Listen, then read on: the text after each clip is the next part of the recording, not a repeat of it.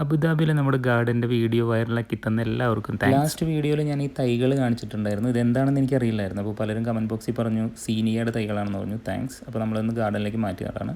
ഗാർഡനിൽ നമ്മൾ സൂപ്പർ ഹീറോസിനെയൊക്കെയാണ് പണിക്ക് നിർത്തിയേക്കണേ. ഇന്ന് സ്പൈഡർമാനാണ് നമുക്ക് സഹായിക്കാനായിട്ട്. ഒരു വണ്ടർ വുമൺ ഉണ്ട് വീട്ടിൽ, വൈഫ്. ഞങ്ങൾക്ക് എല്ലാവർക്കും ഒരു വണ്ടറാണ്. കാരണം ആ ടി വി ഓണാക്കി മൊബൈലും കയ്യിൽ കൊടുത്ത് സോഫയുടെ ഒരു മൂലയ്ക്ക് നമ്മളിങ്ങനെ ചാരി വെച്ച് കഴിഞ്ഞാൽ രാവിലെ തുടങ്ങി വൈകുന്നേരം വരെ അവിടെ ഇരുന്നോളും.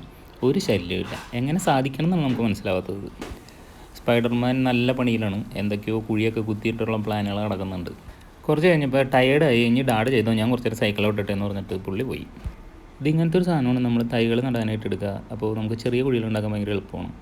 ഈ കൂട്ടത്തിൽ നിന്ന് ഓരോന്നും എടുത്ത് നമ്മൾ നടണം. എന്തായാലും നമ്മളതെല്ലാനും ഓരോ കുഴികളുണ്ടാക്കി ഈ അറ്റം തുടങ്ങി ആ അറ്റം വരെ നട്ടു. ഒരുപാട് ക്ഷമ ആവശ്യമുള്ളൊരു സംഭവമാണ്. ഇത് നമ്മുടെ ലൈഫിലും ഗുണം ചെയ്യും കേട്ടോ. നമ്മൾ വൈഫൊക്കെ വെറുതെ വന്ന് ചൊറിയുമ്പോൾ നമ്മളിങ്ങനെ ചിരിച്ചുകൊണ്ട് കല്ല് പോലെ നിൽക്കും. അമ്മാതിരി ക്ഷമ നമുക്ക് ഇതിൽ നിന്ന് കിട്ടും. മുരിങ്ങയൊക്കെ ഇങ്ങനെ പൂത്തലഞ്ഞ് നിൽക്കുന്നുണ്ട്. നമ്മളിന്ന് കുറച്ച് ഇല എടുക്കാനുള്ള പരിപാടിയിലാണ്. പലരും പറഞ്ഞിരുന്നു ലാസ്റ്റ് വീഡിയോയിൽ മുരിങ്ങ അധികം നനയ്ക്കരുതെന്ന്. Thank you. അങ്ങനെ ചെറിയ ഇൻഫർമേഷൻസ് ഒക്കെ ഷെയർ ചെയ്യണം കമൻറ്റ് ബോക്സ് വഴി കേട്ടോ. കാരണം ഞാനൊന്നും ഇതിൽ എക്സ്പെർട്ടല്ല. കാണുന്നവർക്കൊരു ഉപകാരമായിരിക്കും.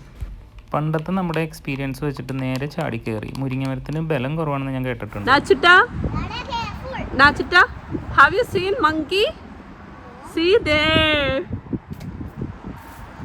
മനുഷ്യക്കുരങ്ങിനെ കണ്ടിട്ടുണ്ടോ? There. അങ്ങനെ നമ്മൾ കുറച്ച് പറിച്ചെടുത്തു. കുറച്ച് വേറെ എടുത്തിട്ട് അടുത്ത വീടുകളിലും കൊടുത്തു. മുരിങ്ങയില, ക്യാരറ്റ്, സവാള, ചില്ലി ഫ്ലേക്സ് ഇതൊക്കെ ഇട്ടിട്ട് ഇങ്ങനത്തെ ഒരു സംഭവം ഉണ്ടാക്കും. ഇത് ഹൈ പ്രോട്ടീനാണെന്നൊക്കെ പറഞ്ഞിട്ടാണ് തരുന്നത്. ഇതേവരെ പ്രശ്നങ്ങളൊന്നും ഉണ്ടായിട്ടില്ല. ഓക്കെയാണ്. ചൂട് കഴിഞ്ഞപ്പോഴേക്കും നമ്മളുടെ വേപ്പെല്ലാം ഇതേപോലെ പോളിയോ ബാധിച്ച മാതിരിയായി. എന്താണെന്നറിയില്ല, ആകെ ഒരു മുരടിപ്പുണ്ട്. അതുപോലെ തന്നെ ഇതെന്താണെന്ന് അറിയാവുന്നവരുണ്ടെങ്കിൽ കമൻറ്റ് ബോക്സിൽ ഒന്ന് ഇടണേ.